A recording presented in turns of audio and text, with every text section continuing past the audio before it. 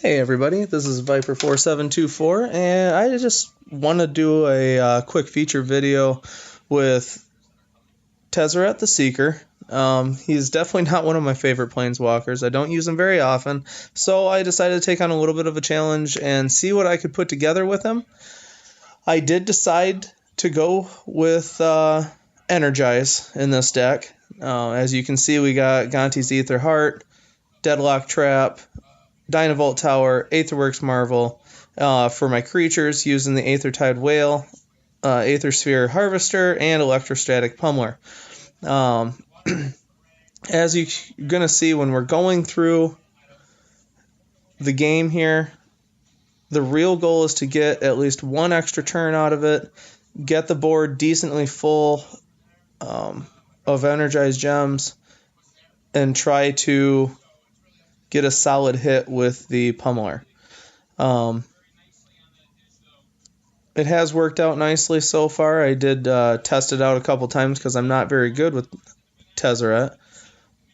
So let's get right into it. We're going to start out with getting the Bounty of Luxa on the board. Every other turn it's going to give you, well, hopefully more than that, but it's going to give you extra 5 mana. As you can see with the Aetherworks Marvel, Overload 2, fetch the first card in your library, gains full mana. Fun card, good card, a little expensive, but that's alright. We'll work it out. So let's get going. And I know I haven't used Tezz1 before, so let's take a quick look at his abilities. I do have him maxed to level 60. It is a lot easier to max out single color planeswalkers. And I do like all the support focus that he has. You are able to put up to 9 supports in his deck. As you can see, +2 white, +3 blue, +2 black, even on the red and the green. So not terrible by any means. For 6, we can add 1 shield to all of our supports. For 12, fetch the next support in your library, put it on the board. And also, at 24, give +X, where X is the amount of supports you control times 10. So you get 3 on the board, you get 4 on the board. Right there's 30, 40, +X to a creature. It's really fun to use that ability. It's usually a one-hit shot to finish the game off. Nice to have. And with the Aether Sphere Harvester, it's a good one-hit life gain as well. I have thought about doing a single support deck with Tezz1, 1 or 2 supports, and using the second ability exclusively. We'll see how that works out. But in this game, we're going with Energize. Always best to get the Dynavolt Tower on the board as quickly as possible, so every card you play puts more energy on the board. And every time you hit an Energized gem, you're going to be dealing 5 damage.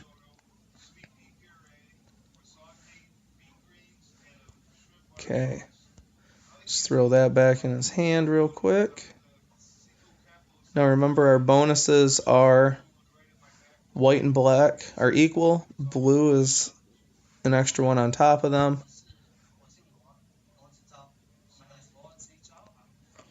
And we are playing a green and red, so every time we don't hit those green and red gems, it is going to give our opponent more chance to be able to play them themselves. So now I have 2 options here. I can get the extra 5 mana from the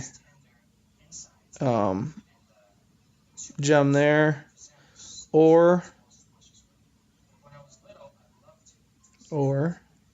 where is it? We can go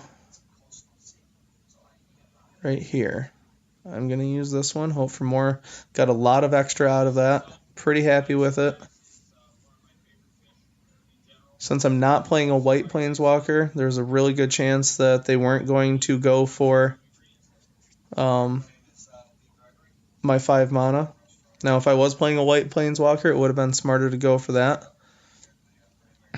About time to get the Marvel on the board. We do have our whale out there already. See, the board is already getting energized. Just looking for the best option possible right now. We are going to go with the one that the game is showing off to us.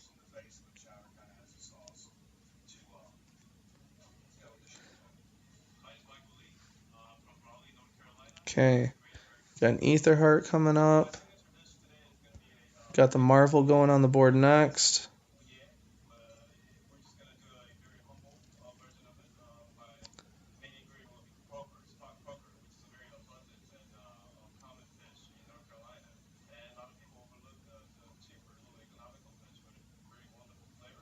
There we go.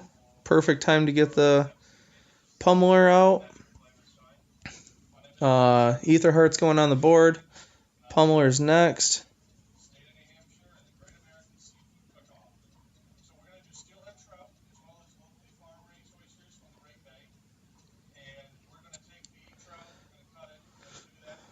Don't really see any great moves. We'll go down here. Okay. Getting that board energized. Now, we should be finding now. Okay. So we just put Choke on the board.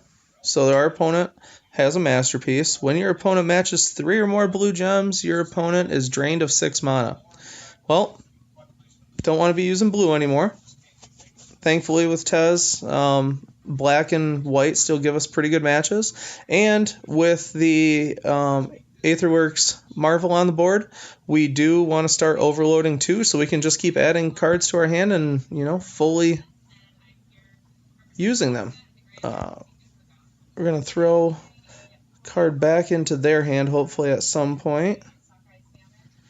There we go. Overload 2. Wonder what creature we pulled. It's going to be hitting the board here. Perfect. We got a Pummeler anyways. As you can see, the board is continuing to energize. Once again, we don't want to be going for blue matches. I do want to energize, or if I could, get at least an 2 energized gems busting. And even though we have this nice cluster towards the middle right of the board, I don't see anything that I can get from that. So we'll go for next time, I guess. I'm going to save the Pummeler. Going to get that going. I'm going to throw another Dynavolt Tower out there. There we go.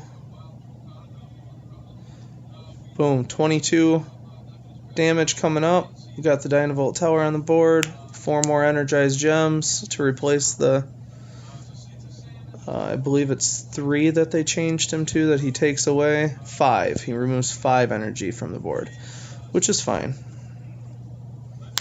Okay.